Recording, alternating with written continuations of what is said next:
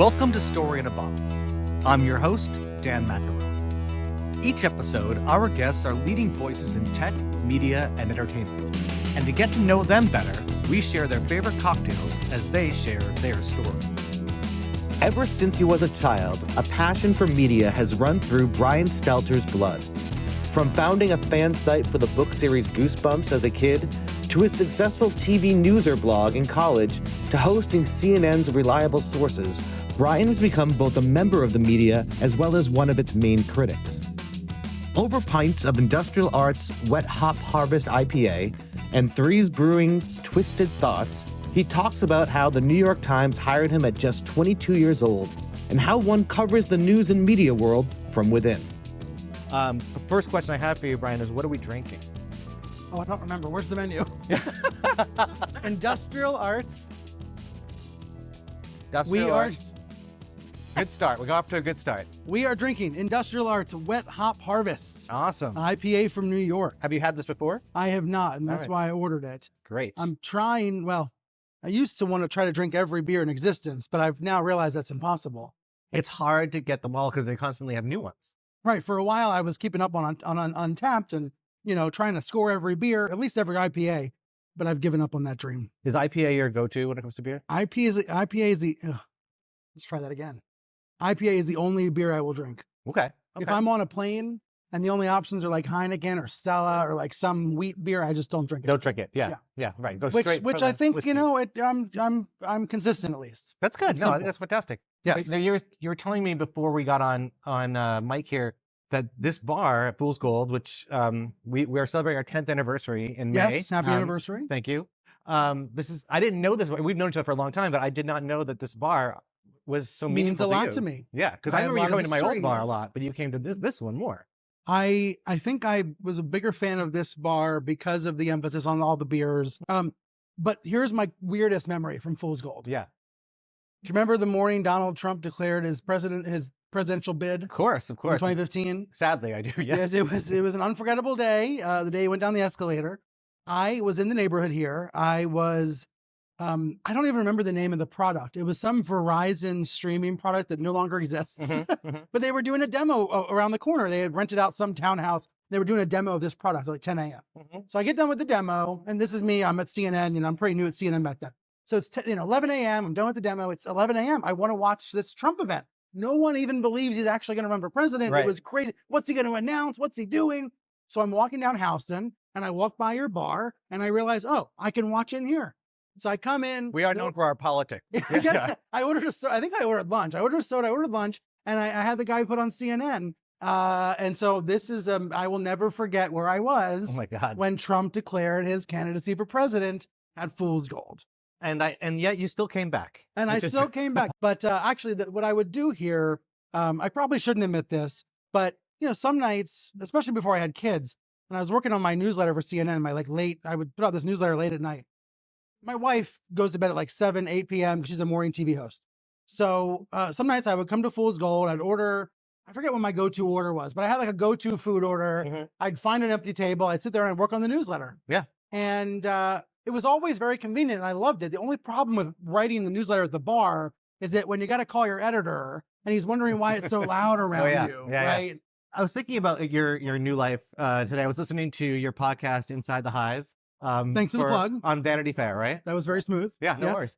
But the thing I was thinking about it when listening to it and thinking about your book that came out last year, which is, a little less political, but I've known you so long as a media reporter. Right. And Inside the Hive is definitely a political podcast, and a lot of the articles you've been writing for The Atlantic and Vanity Fair are very politically oriented. Yeah. And I guess my question is did you make that shift out of necessity, or was it something you were really interested in covering, or is there a natural transition there? I think it happened because of the way the world changed, and the way the politics industry, the political industrial complex affected the media. Yeah. So just on the way here on the subway, I was on the phone with this Associated Press reporter. He's a media reporter. He covers TV, covers media, but he's writing a story about Fox and Donald Trump. So he wanted to quote me. You are a good go-to for that. So that's another example. So he feels the same thing I do, which is politics and media are now so intertwined. The GOP is a media operation. Fox News is a political machine. Donald Trump is a creature of the media, so it's also intertwined that I couldn't avoid it, and it was very natural. I guess for me, it goes back to that day in 2015 when I was sitting here watching Trump announce his plans. Because before then, I was my show on CNN. I hosted Reliable Sources, which have been on for a couple of decades. I took over in 2013. That was still primarily a show about media, sometimes the business of media, entertainment, culture, with some politics, foreign affairs. It was really Trump's entrance and his ability to blow up the Republican Party and remake it in his image and just try to attack the media while doing so. It, I think, forced me into a more political lane. Right. No, I definitely know that your tenure on Reliable Sources did kind of like tilt that program more political than maybe it was pre-Trump and after Trump. Yeah. Like, there was a very clear dividing line. Yeah. Before Trump, we used to tape the show on Fridays and it would air on Sunday mornings on tape. The reason for that, or a few reasons. It's easier to get better guests on Fridays or on Thursdays. Sometimes great guests don't want to come in on a Sunday morning. When you tape, you can, cut down take a 20-minute interview, air the best 10 minutes. We had a really good rhythm going for taping the show most weekends or most weeks. And then Trump happens, and all of a sudden I couldn't tape anymore because he would make news all weekend, every weekend. I remember so vividly in the summer of 2015, it was the weekend that Trump insulted John McCain, said something about, I like my war heroes not captured. So nasty. And we had already taped the show on Friday. It was Saturday night. And I was at the beach. I was in Ocean City, Maryland with my family, like 3 hours from the Bureau, 3 hours from CNN. And I had to get in the car Sunday morning, drive to DC, early morning because we had to go live. And I view that as the turning point where the show was always going to be live and it was going to be very political because that was the nature of the times. Well, and that's what I mean, the media in that era, and we'll get there in a little bit because I do want to talk about the little journey throughout that time period, but the media in that era became politics. I mean, your book, totally. Your whole book about Network of Lies is about the politics of Fox News, or I guess the political influence of Fox News, and I mean, I guess I would guess that even the book before that, Hoax, is probably a little bit about that too. Yeah, I just I remember those books and a lot of the books that came out in that Trump era about him and about Fox, they go hand in hand.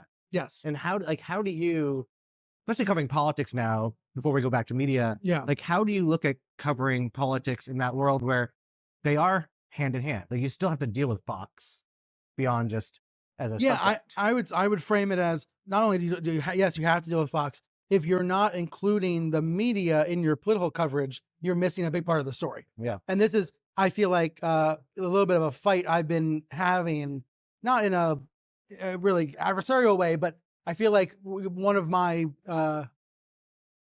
in the way I write and the articles I write and the appearances I make on TV, I'm trying to get across that the media environment is crucial to understanding Trump and politics and the elections. You can't detach them anymore. You have to know what's being said on right-wing TV in order to understand the connection between Trump and his base and to know what's going to happen next with the election. And oftentimes what's happening on TV or in podcasting or on the radio, it's treated as other or separate. The media reporter will handle what Sean Hannity said, or, that controversy involving Elon Musk, it's a tech story. Okay, it is. It's also a political story. Right. And you can't really detach them and you can't treat them as they're siloed anymore. At least that's how I view it. I don't think the audience benefits when we treat the rants of Tucker Carlson as separate from Donald Trump. Well, they are one and the same. Well, because people who are watching the news or 24-hour news stations don't differentiate between news and opinion. No one's like, I'm watching the opinion part of the night now versus the news part of the day. And to the extent that they do know the difference, they prefer the opinion. Well, sure. To the extent that they know the difference or care, they're gonna steer toward people that are telling them what they want to believe and hear. Yeah. So do you, I mean, I'm a fairly left-wing person, but I know a lot of people who watch MSNBC or CNN, 24/7, right? Whether they're watching it or it's in the background. Yeah.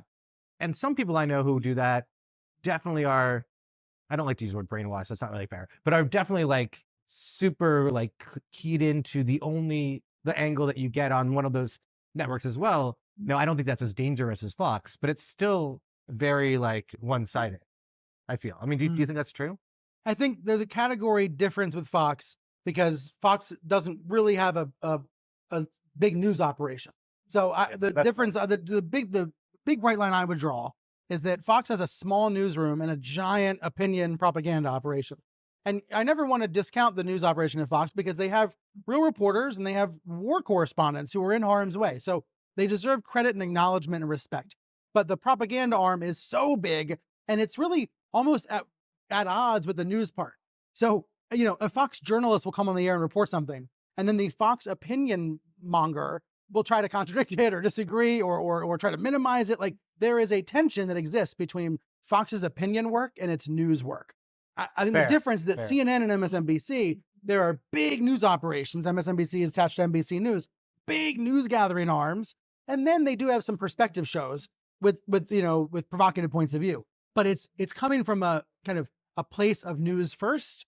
And there's not that same war going on between the news and the perspective people. Right. They do cover, the right side and the left side. I mean, CNN hosted a Republican debate. Right. Wasn't well watched, but they covered it. The struggle to get to what you're saying about, hearing what you already believe or already agree with is that the CNNs of the world, the MSNBCs of the world, they face these daily questions about who to platform, whether to engage in that kind of alternative universe that exists, where crime is rampant, where the murder rate is up when it's down, when the sky is orange when it's actually blue. Like, how to engage, whether to engage with that alternative reality, alternative facts, as Kellyanne Conway said. Right.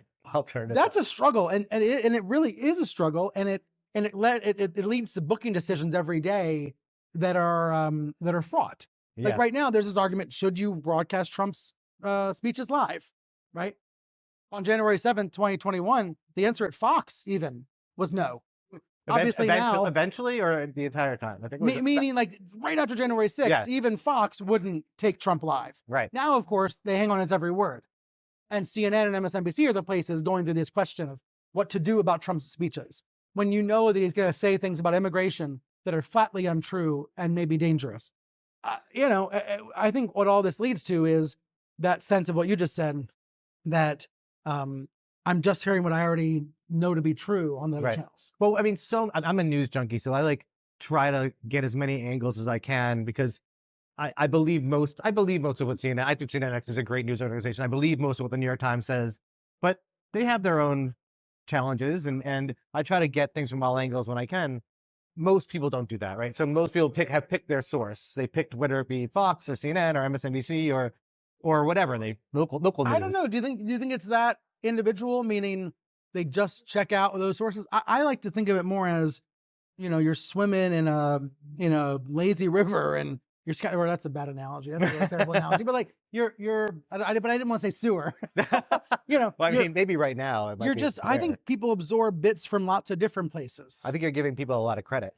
There's a difference between news junkies and political junkies who, yes, do watch hours of cable news. I mean, my in-laws who I adore, they are MSNBC loyalists. Right. And not just because I was fired by CNN. They loved MSNBC even beforehand. They absolutely trust Chris Hayes, Lawrence O'Donnell, and Rachel Maddow, and Alex Ryder. But the vast majority of Americans are not political junkies and news junkies. No, they don't. They're not at all. And in that group of more casual news consumers, people who don't really care about politics, people who are pissed off about politics. Most people don't even know who's running for president right now. So I think for that larger audience, those are the folks who I think just absorb whatever's coming at them. I wrote a piece for the New York Times like 15 years ago that I'm proud to say still gets cited like in articles about this. It says, people are like sponges and they just consume what comes to them. Like they soak up whatever news comes to them. That's what's happened because of social media, right? Whatever's in your feed, you just kind of soak up. And look, if you see the Fox logo, you might be less trusting of it. If you depending on who you are. Depending on who you are. But that to me is more the environment for the average news consumer. Someone who doesn't even necessarily want to know what's in the news, but just kind of picks up on it as they go along. I think the average person is that person. I've been lucky enough to do a lot of research with people over the years and work and helping news organizations kind of figure out their strategy. And it's very depressing to go and do research with the average person around the country, especially mostly middle America, because we get coastal elite sometimes. Yeah. And you find that most people, what they do is they watch their local news. They watch their local news channel, and they really care about what's going on in crime in their city, or what's going on with, the pets that are going missing. And like that literally is the thing that's top of mind. And politics and international news, like maybe they'll see it on Facebook if they're older and on Facebook. Maybe they'll see it on Instagram if they're on Instagram. Most people aren't on Twitter. I'm not calling it the other thing, but but it's so I think you're right. They're influenced by those pieces, but those pieces are drips here and there. They're not, not an IV. It's not like a constant stream. Yeah. For folks that are in that constant stream, there's definitely political preferences, kind of I hate to say it, but it's true. Which reality are you opting into? Yeah. Right. The reality that Fox portrays, or the reality that kind of the rest portray. Yeah.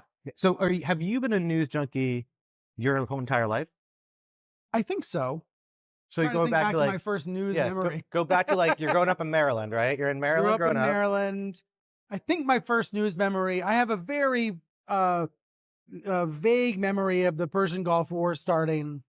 But you were like 7. I think I was 6. Yeah, maybe 7. 6, 7. I have a much more clear memory of the Oklahoma City bombing and watching that coverage on CNN. Yeah. And then it gets very in focus by the time Columbine happens, because I'm waiting by the door for my dad to get home that night, because I want to tell him what happened. And of course, he had been driving home for an hour in his appliance repairman truck from DC, so he knew all the news. Yeah. And he would indulge me and pretend to be surprised when I would report the news to him. So. I'm actually curious with this. So the Columbine, so funny, the Donald Trump memory you have of being in this bar, I was in the New York Times newsroom when the Columbine shooting happened. Wow. And it was, I don't think I've ever seen that newsroom get still so fast. Right. And I'm so curious for you, what are you, 14, 15 at that point? I think so, yeah. This 99, right? So yeah. It's 99? Yeah. So what is that like for you as a 14-year-old? This doesn't have anything to do with covering the news. I'm just curious. Well, there's two days in high school where you feel vulnerable. It's after Columbine, it's on 9/11. And neither of those fears are rational in retrospect, right? Like on 9/11, when you think the next plane's going to hit your school, it's not psychologically, rational, but it's real in the moment for everybody at school. And I think the same is true with Columbine, in terms of it. When a tragedy, when a terrible thing happens, it opens a young person's mind to what's possible in the worst way, right? What's possible versus not. And again, it gets your imagination off into different spaces, which is why, by 9/11, I had my cell phone with me at school, right? So I could call my mom and tell her to let me come home. That's crazy. And now there's all these debates about cell phones in school, and I'm very strongly against cell phones in school, but I feel like a hypocrite because I knew I wanted my phone that day. Well, it's interesting. So, I'm thinking about this as a parent, and I'm sure you are too. Yeah. Like my daughter is 9, and she doesn't have a cell phone, but I think if we were going to get her a cell phone, it would be one of those really limited ones. Right. It would be it'd be for emergency. I'm curious to see how this evolves as your kids get older. Yeah, I know. Right now they're 6.5 and 4.5. And Sunny, who's 6.5, she already wants a phone. She already asked for a phone. Yeah. I actually find myself as time goes on imposing more limits, not fewer, on their iPads. Sure. In terms of amount of time and what's accessible. I was much more, maybe it was COVID, but I was much more loosey-goosey. What were you going to do with COVID? You need to distract them somehow while you're doing work at home. It is incredible how much smarter they are than I was at that age. I mean, my grandfather got me a computer, a dial-up, a PC when I was 5 years old. It was 1990. It was our family's first computer. And I found stuff to do with it. I dialed into Prodigy. And I built web pages in 1995. Like that kind of Wild Wild West feel. I wish there was a version of that for my kids. I wish there was a way to recreate that sandbox that was relatively safe but experimental. In real world. It's not like you're going into a virtual world and making something. You're actually creating something that other people can see. And we created. I know I'm dating myself and I sound like a loser, but in the late 1990s. There was this whole network of like Goosebumps fan websites. Remember Goosebumps books? I do. Sure. R.L. Stein is a buddy of mine now. Oh, you know R.L. That's right. We're tight now because of my website. So I ran the Bumps, which was, I would argue, the #1 Goosebumps fan website. But there were rivals. I had other kids that were trying to beat me out. They would prank phone call my house. Like there was that kind, but it was safe fun, right? Yeah. Like, it was a even though it felt crazy and interesting and weird, and why is Brian publishing to the internet every day? And who are these kids calling the house? You know, it was relatively safe. And yes, Stein did start reading. I would pester him with emails and questions. And, you know, and they didn't have PR people back then. Now everybody's fortressed by PR people. Oh yeah. You're never able to reach the author directly. I know that when you were in college, that's when you started TVNewser, right? Yeah. It was the through line is definitely that ability to publish. Yeah. Something that wasn't possible 10 years before. And, you know, that's why I shout out to my late grandfather, like having that computer at such a young age was opening the door to all these possibilities. Learning HTML, like learning the basics of CSS. I feel so out of my depth now when I look at web development. But back then, to be able to just, you know, stand up, it felt like, it must have felt like the way pioneers felt in some new town when you're building a town out of nothing. Yeah. You know, and you feel like you have total freedom. So by the time, in college, I launched this blog, TVNewser, because I wanted it to exist. I wanted someone to be doing it. Well, and for people who don't know what it is, what was it? I had been blogging about Goosebumps and then Nintendo games and Xbox games. And for me, this was just the next step. Different blogs. Yeah, it was the next step. And it was before blogging was a popular term. I used LiveJournal for a while, RIP, unless it still exists. I don't know, LiveJournal. I think LiveJournal does exist. It probably still does. Yeah. I kind of hacked LiveJournal to turn it into a kind of a live blog format. But then in 2004, 2004, blogging was becoming a thing. And what was it called? Blogger? What did we use? There was Blogger, Blogspot, and Blogspot, LiveJournal were the three. Yes. Yeah. And I think Blogger was the guy, what's his name? Was it from Twitter, right? He sold it, right? Oh, I don't remember. I remember it was sold to Google, wasn't it? Yeah. See, it's all so vague. I actually recently rediscovered an old blog I created from 2006.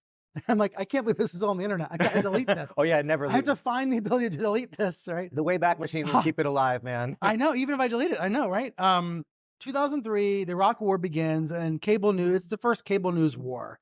And you've got, these correspondents riding in the back of tanks live on television. Yeah. Right. David Bloom from NBC, who passed away as a result. Walter Rogers from CNN live. It feels like you're part of the invasion. You are riding through the desert on what was billed as a liberation of Iraq. And I thought to myself, I should blog this. Like, this is a cable news event for history.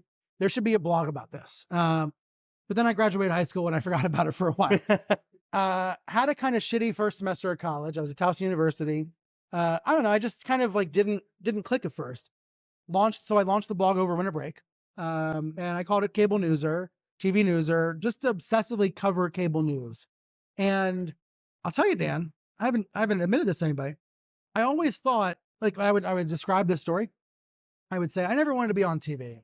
I never wanted to be an anchor on TV. I didn't have enough hair. That's a joke I would make, like in a commencement speech. I didn't have enough hair. So I actually was in my mom's basement last weekend, and I was digging through boxes of my stuff from middle school. And I found something from middle school that said, when I grow up, I want to be a TV anchor. So apparently I've been lying for a decade. Yeah. And actually I did have this dream. It's so strange to have my memories kind of upended in my face. How old were you when you wrote that? I think I said I was 12. It was somewhere in that ballpark. So 12-year-old Brian, I'm scared. What do you, I don't know if you remember this, if you can go back to it, but what is it that's saying to you, you're saying to yourself, that makes you want to do that? Like, why? So when I was in the basement, and the context for this, sorry to bring the conversation down. My mom passed away in November. We've got all these boxes in the basement to go through.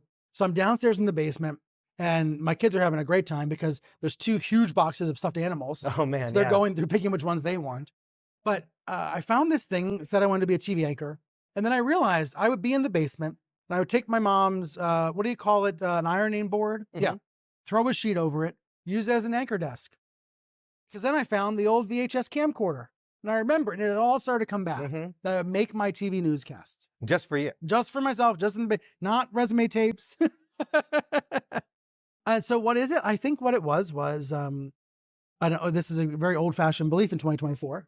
Television news and video, it's incredibly powerful. It's so persuasive, so impactful. When done right, when used well, it can be so important. Now, it can also be used in lots of crazy and propagandistic and bad ways and sloppy and whatever. But I guess I appreciate television for what the highs that it can reach. Yeah. No, I totally get that. I mean, I'll share this with you just because thank you for sharing that. When I was in high school, and as I'm sure you can imagine, super popular.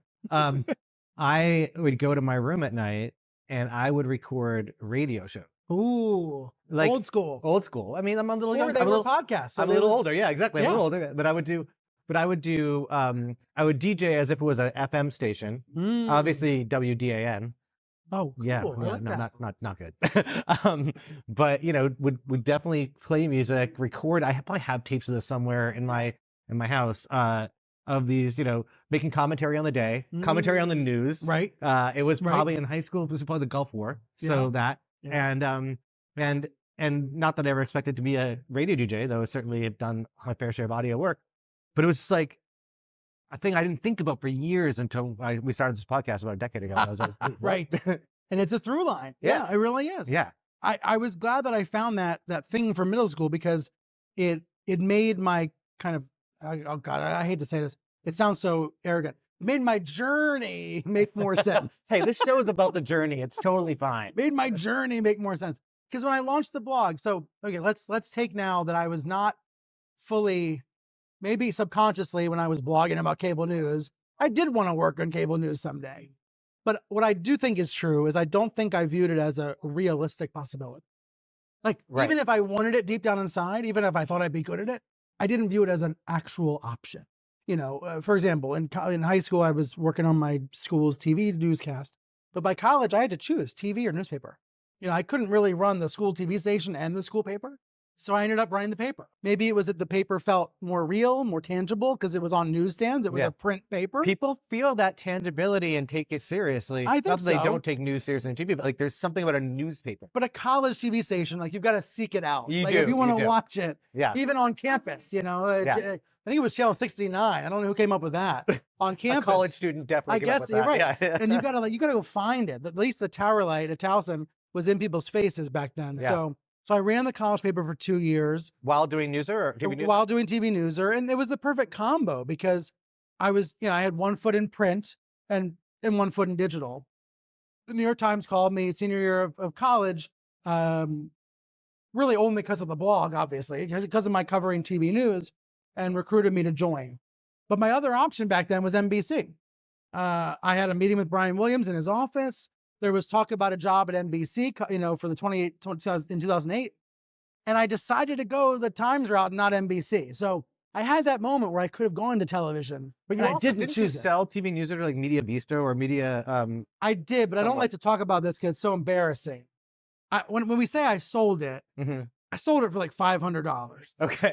So I don't know if that even counts. I mean, look, my first startup I sold for so little money in like 1996. That it doesn't even matter. It's like basically, it's like, it's embarrassing. The reason that it paid off, well, there's 2 reasons. One, Media Bistro, you know, and God bless Laurel Tooby, who spotted me and brought me on board. She gave me the perfect college job. You know, she paid me to run the blog. And, you know, I look back at it now and I call it beer money. Yeah, but it was more than beer money. It was a real job. How did you college. I mean, before going to the Times, just to talk about this, like, you can bring them over. Yeah. Your associate here is bringing us our second beer. It's thank goodness. And it looks beautiful. It does. And what is this, by the way? Do we know it? We are upgrading to the 8%. Oh my God. I'm sorry. You're going to have a long night ahead. That's okay. You might not want to finish this one. I've been known to finish more than that. We are having from Three's Brewery, great brewery out, I believe in Brooklyn, Queens. I never know the difference. In Park Slope. Love Three's. Park Slope, Kiwanis area. Twisted Thoughts. The question I was going to ask before we get to the Times is, I mean, just starting a blog is one thing. I mean anyone could do that back then. But you built an audience. Obviously, Laurel is not going to buy with $500, whatever it's going to pay you to do this. And New York Times is going to be interested in talking to you. Yeah. If you're not resonating with some semblance of an audience. So what happened? How does that happen? What happened was TV people, and I'm going to say this, knowing that I was on TV for almost a decade, are vain, right? Just like, you know, most other people. They care about themselves. They care about their industry. They care about their rivals. They want to know who's up and down, who's hired and fired. Yeah. They want to know who rates and who doesn't rate. So my blog became this industry bulletin board, and it filled a void that, you know, I think we've seen a lot of people do in a lot of industries. Mine happened to be TV news, where within 3 months, Katie Couric and Brian Williams and Greta Van Susteren and Sean Hannity were paying attention. They were reading it. They were reading it some of their folks were leaking to it. Fox News very smartly was the first PR operation to take my blog seriously. And why they do that? They did that because they were winning in the ratings. They were number one in the ratings. They were beating CNN for the first time, and they wanted to get the word out. So every day, Fox News PR would send me the ratings scoreboard for all the channels for the prior day. Yep. And they would want me to publish it. And on the rare days they would lose, CNN would send me the ratings. Of course they would. There's always someone who wants to supply ratings. There's always content for a site like mine. So it built up an audience within months. Even when I was, we left out the fact that I was anonymous. I was doing this blog anonymously because I was in college, but I didn't think anybody would take me seriously if they knew that I was a 18-year-old college freshman. But what flipped was within 6 months, and it helped that the New York Times wrote a piece about this and revealed who I was. Within 6 months, my college student thing was kind of a benefit. It was like it was a fun, it was part of the story. And it made it more interesting. And people wanted to court me for that reason. Well, clearly you were writing good analysis. Like you weren't just writing, what would the typical 17-year-old, 18-year-old. It wasn't just my opinion. Yeah. No, it was about what was going on, who said what when, who's hired, who's fired. It was the minutia of cable news. But, it could have been about newspapers. It could have been about, the beer bars in New York. It just happened to be TV news. Right. So you do that. Laurel Toby comes in. She comes in, she acquires it. Yep. And you do it the rest of college, and the Times comes knocking by the time you graduate. And Laura was wonderful that she wanted to have me stay. What she did is she built out Jesse Oxfeld, Mini Bistro built out this great network of blogs, Fishbowl DC, Fishbowl New York.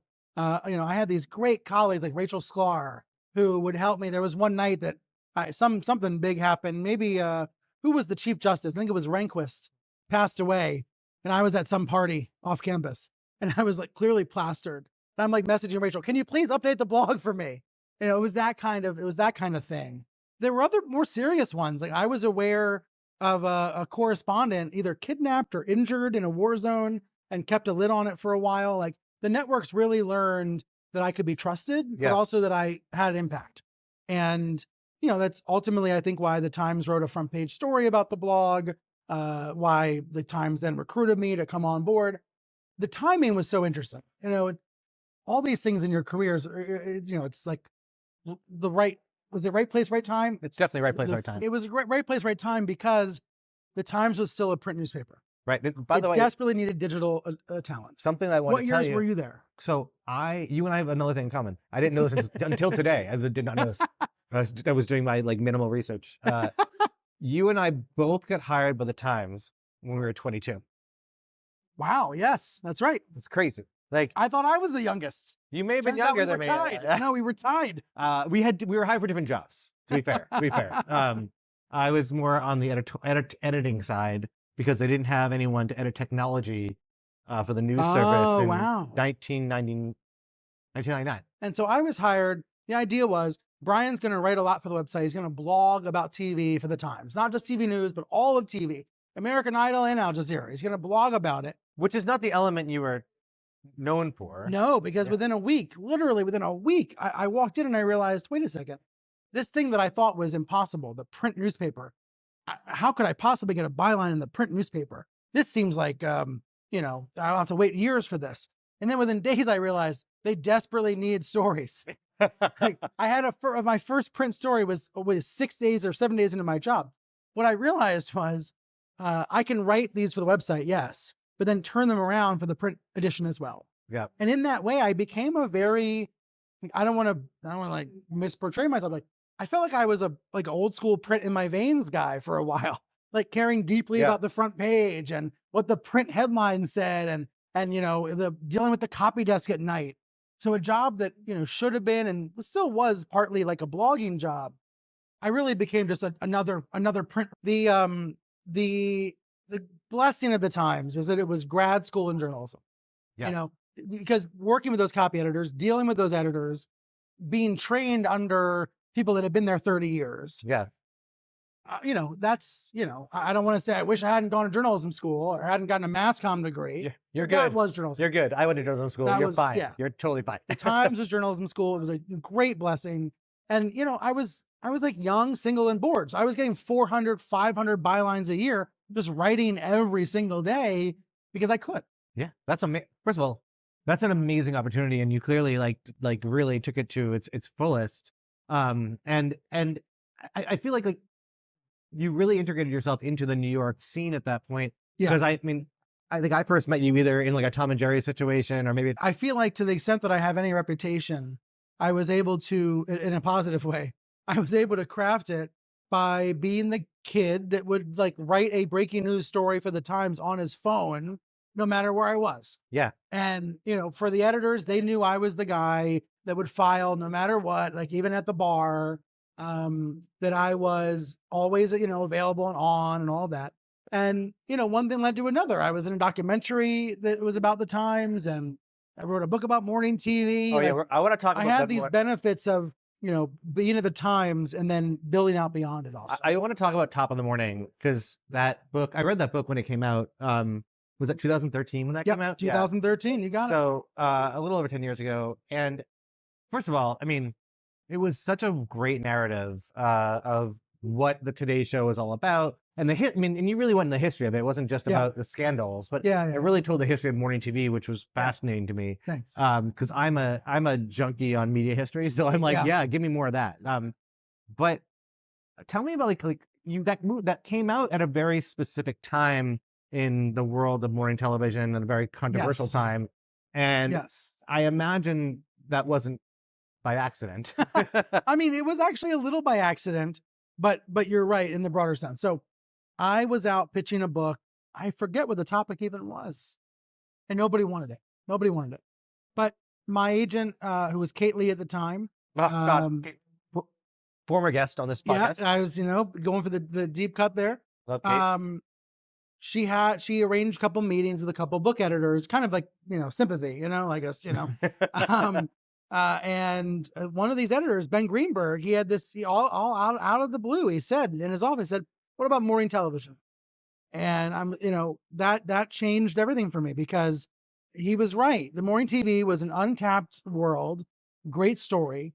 And what none of us knew in that room that day was that Ann Curry, who had just been named the Today Show co-host, was going to get fired and was going to flame out and was going to cry on television.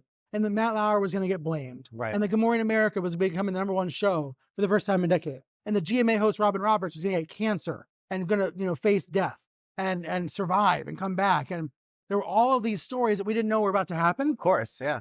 But so the timing was right for this book. The downside for me, this is like very like, you know, the woe is me. I did so much reporting and so much history that like we didn't end up publishing. You know, I spent all these days with Chris Licht. We'll come back to that, right? Yeah. At CBS This Morning, as he's building this new morning show. And ultimately, my book became a 2-person race, Today versus GMA. All these great stories about the building at CBS went away. All my great material about GMA, not all of it. I thought my book was supposed to be about GMA becoming #1. I wrote the whole draft. And then my editor said, no, the story is the Today Show falling apart, and Curry being fired. Yeah. You need to open with that, not GMA winning. You need to open with Today losing, which is the most obvious in retrospect. Duh. Right. Yeah. But it was as a result, a very painful process to get that book done, to get it out to the world. But it was also awesome because I felt like I had a lot of reporting that had never seen the light of day. Yeah. And that's the most rewarding thing, is when you've got new stuff, new reporting that no one's ever heard before. To put that out in the world is the best feeling. And we're going to get into the journey more, but I do want to we've got a roadmap. But I do want to jump ahead for a second, because obviously that had serious influence on the creation of the morning show, which, you know, oh my goodness. Yeah. You want to hear my morning show story? I do. I've watched all the seasons. All 3 seasons. We're working on season 4 now. So you're still a part of it. I'm a producer on the morning show. You and Jennifer Aniston buddies? We, you know, we don't text. Okay. But we recognize each other. That's a start. It's a start.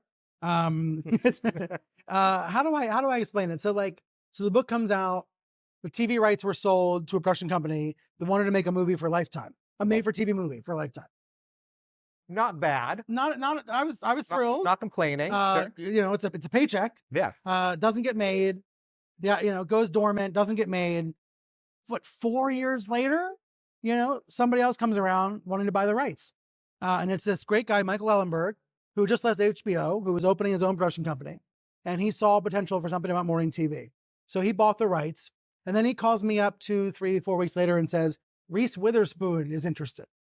And there's that moment where you get that phone call and you realize, oh, this is actually going to get made. This is actually going to be a real show this time. Because if Reese is on board and then Jennifer Aniston, there's going to be interest. Yeah, sure. So I was on the ground floor there. It was not based on the book at all, because this is on the show on Apple is a very original story. I think the way we say it is it's inspired by, or it's like using material from Top of the Morning, whatever.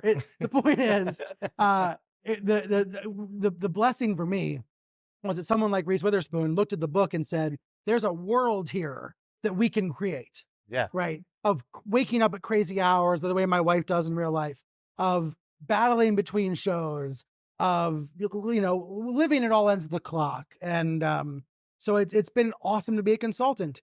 What they do, what my role is just questions, fielding questions, bringing in guests to talk to the writers. If they want to talk to, name your anchor, name your person, I'll bring them into the writer's room. Got it. And have them have meetings. And it's been a blast. Do you spend much time on set, or is it really just that consulting? The truth is, I shouldn't say it, but they don't need me. I was on set just, for the fun of it, to see it in real life. Why wouldn't you be?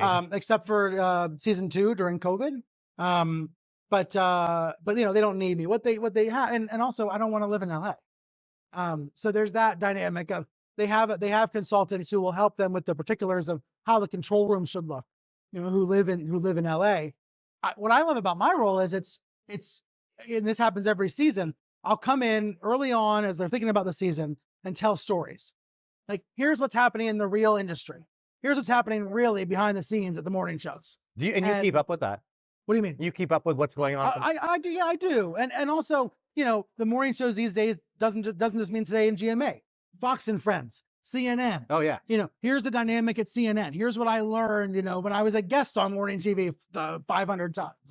So I think those stories, what's really fun for me when I'm at home watching the show with my wife is that every few episodes I'll hit pause and say, I had a little bit to do with that. Not a lot. I'm not taking credit, but just, oh yeah, I can feel my involvement in that. And what's is her reaction excited, or is she just rolling her eyes, being like, okay, Brian? No, she actually loves it. She genuinely loves. Jamie loves it. That's awesome. For those who don't know, Jamie's a morning anchor on New York One here in the city. She gets up at 3 a.m. She does it every day. And she's a stalwart of New York One too. She's been there for a long time. And I would say I've learned more about morning TV from her than from any reporting that I've done. Yeah. Living the hours, that, being with her, being her shadow assistant producer. Actually, no. Being her intern, when there's breaking news, pitching her an idea for the next morning show. I feel like I've learned more through that than anything else. Wait, so, but this comes back down to the anchor stuff. And while you're at the Times, CNN comes to you to talk to you about doing reliable sources. How does that, first of all, how does that happen? And are you skeptical at all to do it because you've been covering these people for so long? Or are you all right, that's an interesting question. I'm going to become part of the problem, not the problem. Part of the what? Part of the machine. Machine. There we go. Yeah, let's go. Well, I was recently looking back. I forget why this came up, but I was Googling my old New York Times stories about CNN. And I found the story when I broke the news that Jeff Zucker was going to be named head of CNN. And then, a year later, I'm working for and there, I looked back at those stories about CNN. I wrote tough stories about CNN. These were not puff pieces about CNN. You were never a puff piece. No, I hope not. But I would like to look back and say that writing real stories, nuanced stories, was an advantage and not a downside, right? That. Oh yeah. That meaning when I received the phone call about auditioning for Reliable Sources, I had earned respect, and it wasn't just, oh, Brian, he goes easy on us. No, actually, he writes real stories. We respect him. I don't know. Again, that's me projecting. No, I would say that knowing a lot of people in the news industry, the respect comes with the people who are going to be mad when you have an opinion about something, or you put things, you cover something in a certain way because they either don't agree or they're not victim, but they know it's not a good story, right? But they want to be heard out. They want their views represented. They want a chance to comment. This is how I deal with Fox. I don't want to say deal. This is how I interact with Fox when I write books about Fox. Right. I try to ask, in detailed requests for comment, share what I'm planning on reporting. once in a while, I'll share what I'm planning on reporting, and it'll get leaked before I get to report it. Of course. I know how the game was played, but I'd rather be more accessible and share more rather than less. So when it comes to CNN, they had this opening for this show. It's a really unique show. It was a show about the media, about the industry. This great reputation, this great history with Bernie Shaw and then Howie Kurtz. Howie signed and went to Fox, launched the show right up against CNN's reliable sources. So CNN had on-air tryouts. Very unusual, by the way. Like on-air tryouts, different hosts every week. It's like the Daily Show did for a bit. Yeah, a different host every week. They called me in once, then twice, then a third time.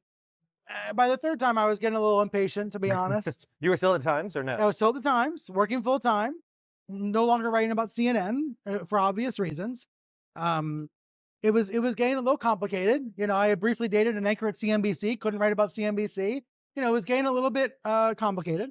I was also, by the time CNN called with the job, I was settling down with Jamie. Yeah. And, we were, by the time I'm, getting on getting anchoring and stuff, like I want to marry this girl. But anyway, they did make an offer. I took over the show then in 2013.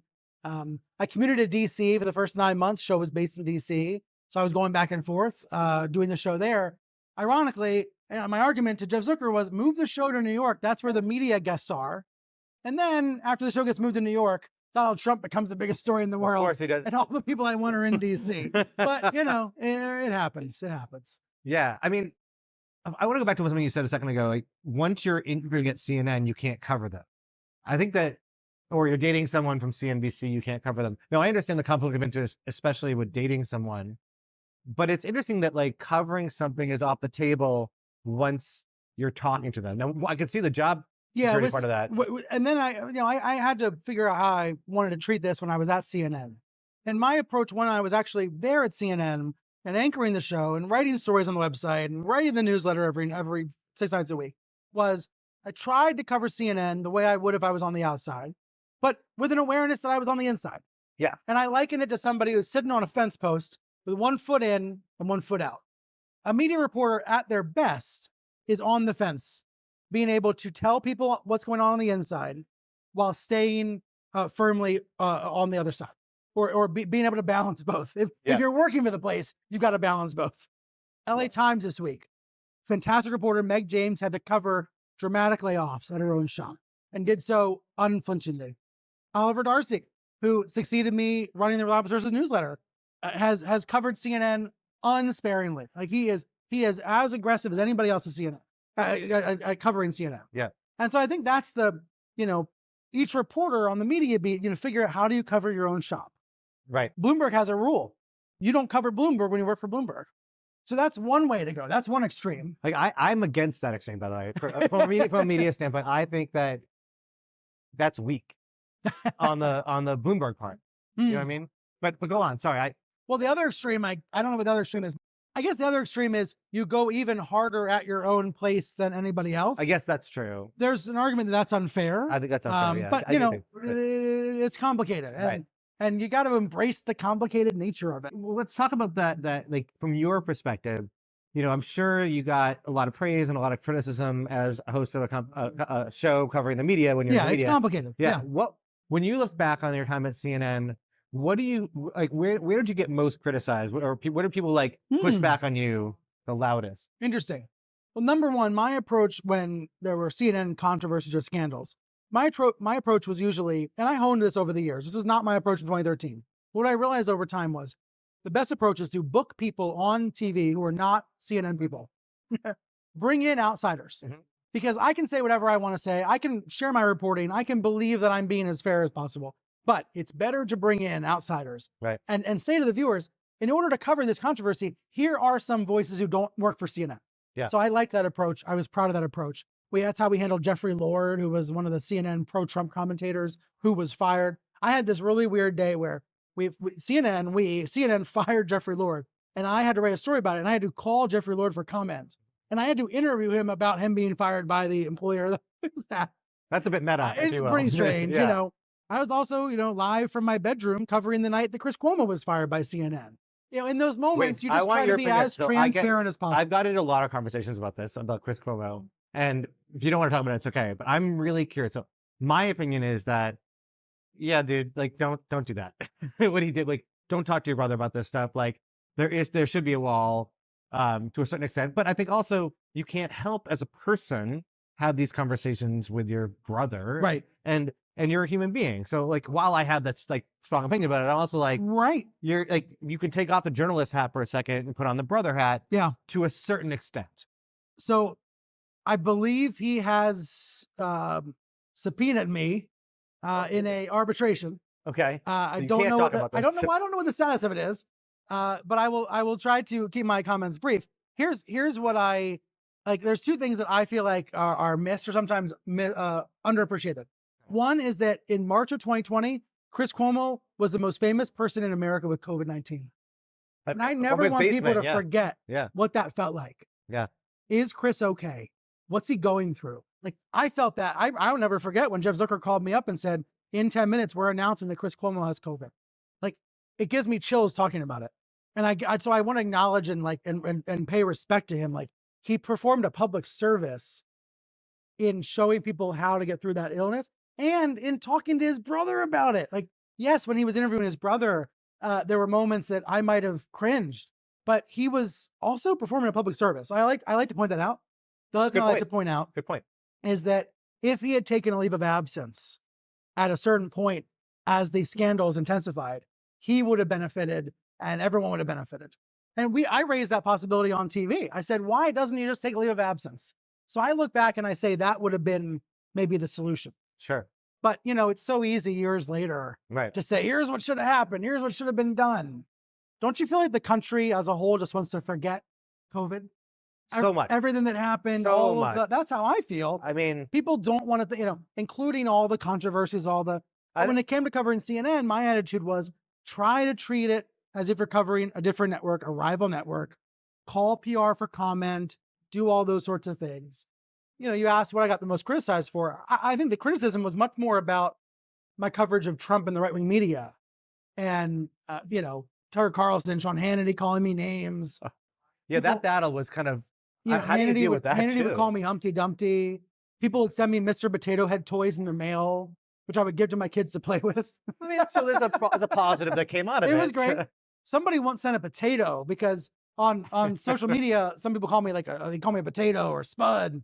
And I didn't know what to do with the potato. But at least the Mr. Potato Head toys were fun to play with. Yeah. I think that's where it came from. Look, I think, Fox, it was really interesting and meta and surreal to experience what it's like to be villainized and caricatured. Did it surprise you at all? It surprised me what it's like because it did surprise me a lot because they're not talking about you. They're talking about a cartoon character version of you they've created. Yeah. And there's an out-of-body experience that comes from that. And I usually shook it off and I usually ignored it. But there were a couple nights where, where it really got to me. And so that was a good experience to be on the receiving end of it. Can I ask a question about that? And don't feel like you have to answer it, but I imagine because you become a public figure when you're doing a show like that. Right. And those things that people are commenting on aren't just seen by you or heard by you. They're heard by people your friends, your family, right, whatever. Right. Like, how, outside of your own personal feelings, how does that impact the people closest to you if they're seeing it and hearing it? Right. Or does it? Or do they not? I would say that it affected Jamie on one night. And I remember it very vividly because it was when Alex Jones of InfoWars, back when there still was a big InfoWars platform, did a crazy rant about me, saying that I drink children's blood, saying that I run the banks. There was some anti-Semitism. There was some pedophilia. There's a lot. They love the pedophilia. They love that. There's a lot of accusations built into a single rant, and showing my face on screen and screaming about me. And there was that night really scared Jamie, and she was right to be. I respected that because she was right to be intimidated by it and be disturbed by it. That said, that bar was then pretty high that almost everything else didn't get to us. Right. Fair enough. So thanks, Alex, for setting the bar so high or so low, depending on how you look at it, to the point where you mostly tune it out. And here's the thing. By the time Donald Trump tweeted some nasty thing about me in 2020, it was as if nobody really noticed anymore. he tweeted something about me on a Sunday afternoon, and not a single person in my life called me or emailed me. And it's not for lack of friends or family. It's because, gosh, sounds pathetic, right? No, it's because his rants and that kind of stuff from that world was so siloed by then. It was it was just background noise. I would write stories about this for CNN. Trump would attack AT&T, CNN's owner at the time. Trump would say, boycott AT&T, and the stock price would go up. It's like nobody cared, right? And so, yes, 1,000 Twitter trolls would reply to him and say, yeah, Stelter sucks. But nobody in the real world, nobody in my real world cared. Is there it was good to remember that. Is there a camaraderie among left-ish journalists or journalists who are not on Fox? Well, I reject leftists. I'm sorry. Go ahead. I mean, I'll rephrase. Is there a camaraderie among journalists who are not on Fox, who are targeted by Tucker or Sean? It's a little narrower than that, but yes, I do. I have traded notes and traded conversations about this. I also think I come from a place of privilege on this because, first of all, white guy. Second, had access to CNN security when I needed it for years.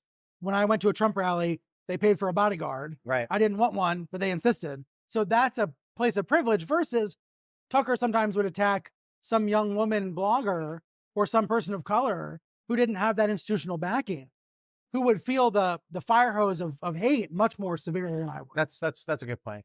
But yes, there definitely was sometime once in a while when that fire hose would hit, I would be on Twitter DM giving advice. Yeah.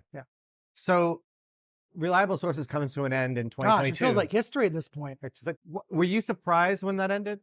How much notice did you have? I know you. Yes and no. So Chris Licht, who was the head of CNN at the time. You said you have Chris Licht stories. Who I had known for 15 years. Yeah. I've known his wife, known his, we had a really fun breakfast 2 days after he had me on Stephen Colbert's show. So remember, before CNN, he was the EP of Colbert. He was running Colbert's show. And I was on Colbert. It was an incredible night. Sitting with him at Sarah Best, asking about the ratings afterwards. How'd we rate, And now you're the one looking for the ratings before they're sending that. Exactly. It all comes full circle, Brian. So, I had known Chris for a long time. I respected him. And I think that's why he was very respectful with me. We had a mutual respect. We had a mutual affection. And so he did give me a heads up over the summer that he was thinking about ending the show.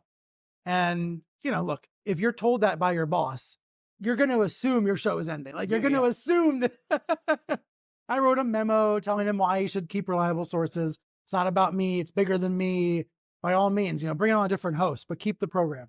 But so by the time he did tell me the show was ending, I had processed it, and I'm grateful for that time to process it.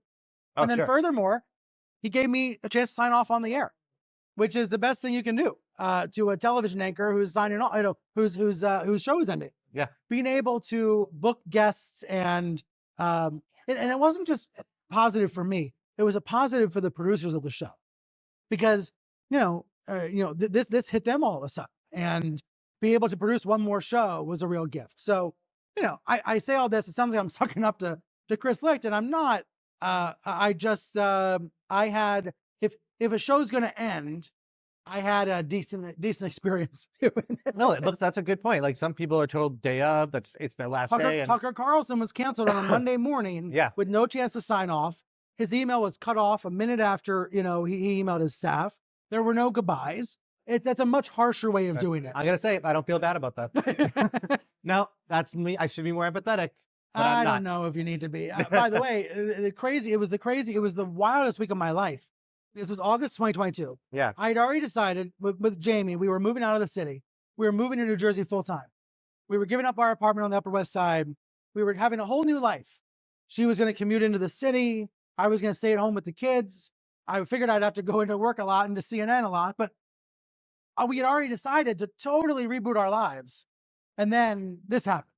So it's a sign. I highly recommend, if you're going to get fired, change everything at the same week, move houses, move states, buy a car, like do it all at the same time. It really reset everything. And so as that happened, and you mentioned at the top of the show that, you're mostly freelancing now. Yeah. You have your podcast with Vanity Fair. What, your entire career, you kind of had I don't want to say a secure place, but you've had a place. Like went from newser to yeah, I've been Times. institutional. Yeah. Yes. So yes, when I was in journalism school, all our professors were like, "You're gonna have to learn to freelance," and then they were like, "But we're not going to teach you because then you're a competitor. You're competitors." Really, that's crazy. True thing. I mean, I'm not going to say that's word for word what happened, but that was the vibe. Pretty much the vibe, right? With few exceptions. But I think that learning how to freelance is a challenging thing. But as someone who's become a well-known person in the world of media and who has ideas and has thoughts and has contacts, when you had to move into that world of freelance, what was that transition like, and how did you manage them? Well, no one. And you had a book to write too, I guess. Number one, no one's ever asked me, so let me think through the answer. Sure. Here's where it starts for me. It starts in September of 2022, newly fired, kind of pretty publicly fired, and I don't complain about that. It's just a reality. Yeah. I was it was in the media world. It was a story, and my kids were starting school. My daughter was starting kindergarten. My son was going to a new preschool, and all of a sudden, I got to be the guy that made breakfast. When I was at CNN, we had a nanny get to the house at 6 or 6:30 a.m. in the morning, because I never knew what mornings I was going to be on the morning show at CNN. I never knew what my schedule was going to be. Yeah. And that comes from a very specific experience. The morning Anthony Bourdain passed away, and Jeff Zucker woke me up at 4:30 or 5 in the morning, told me to come into work, would not tell me why. I'm taking my stroller down the street, bringing my daughter. She's like 1 or 2 years old at the time. Yeah. I'm realizing I've got to go back home and get into a suit and write the obit and go on TV and break the news of Bourdain's death. And I'm realizing I need childcare. Like it just, so from a practical standpoint, all of a sudden I went from the guy who had the 6 a.m. Nanny to the guy that can make pancakes. Although that's a lie. I still don't, I take them out of the freezer. So you're not making batter, is what I you're make saying. bacon. I don't make batter. I make, I'm learning. I'm still learning. Okay. but I'm up in the morning. I am taking them, I'm making breakfast, taking them to school, packing lunches. And so my desire to write for Vanity Fair, for The Atlantic, for Airmail, for other places stems from that desire to have that schedule, have that life, that I get to be, number one, dad, and then number two, reporter, and go on TV and do a podcast, Yeah. But it was a total rebound, like a reorganization of what is my life, which, by the way, a blessing from CNN. And I don't. And you still go on CNN. I mean, you've been on there since then. So when Network of Lies came out in November of 2023, last November, Caitlin Collins booked me, the morning show booked me, and it was a wonderful kind of full circle moment to be back on CNN. Yeah. And now, once in a while, every couple of weeks, I get a call from a booker because of some story in the news. And I'm not going to lie. I mean, I've had 2 beers. I'm not going to lie. It's nice to be back with my old friends. Sure. Because they are friends, the makeup artists, the producers, the APs are friends of mine. So it's good to be back to see them. It's also nice, though, to be on MSNBC and News Nation and the BBC and the CBC, because I can see how different places work. Mm-hmm. I can see what the audiences are, what the priorities are. I was on for New Hampshire primary night and Iowa caucus night. I was on the CBC, on Canadian network, on Canadian television. Very different kind of audience and vibe, and it's really fun. Imagine. So it all comes from like okay, I'm dad. And then when I, can I go and write? Can I freelance? But it's also been really informative to be a freelancer. I'm sorry for the long answer. No, it's a great answer. When you've only ever worked at like the Times and CNN, to have to invoice places, to see the difference between places that pay quickly versus people that make you beg. Oh yeah. To feel the difference between a great editing experience and a lousy or a lackluster or a no editing at all is wild. Anyway, the freelancing has been, it's been eye-opening in lots of ways, mostly positive, but it's been good to have that experience. Most people have it in the opposite direction, right? They have it when they're younger and then they go into some institution. Yeah. I've had it having come out of institutions, but it's good to feel. Yeah. And also just on a practical level, it's really nice that people are interested in pay, in having me write for them, so that when I'm up late at night and I have an idea for a story and I'm gonna start to write it down when I've been drinking, I can wake up in the morning, see if it's any good, fix the spelling mistakes, and get it published. I love that perspective. Though I do want to see the TV show Cooking with Brian Stelter, because I feel like learning your journey on learning how to make pancakes. Just in the last 2 weeks, I started making bacon in the oven. I don't know why I didn't realize I could do that in the morning. It's a good idea. The next step is pancakes and then eggs. I think what I've decided is by the end of, what's the school year? Ends in June? Yeah. By the end of June, I'm going to be making full-blown gourmet breakfast buffets. I want some Instagram reels and some TikToks on this, and it'd be great. Thank you so much for doing this, buddy. Cheers. We have nothing left to cheers, but we have nothing left to cheers. But this was the best podcast I've ever been on because you got me to open up. Thank you. I love it. Thank you, buddy. All right. That's it for this episode of Story in a Bottle. If you enjoyed this episode, please leave a review for us in the iTunes store or wherever you listen. I'd like to thank our producers at 1459 Production Management and Charming Robots Eric Bowie for his continued production support. And of course, I'd like to thank my guest, Brian Stelter, for graciously giving us his time.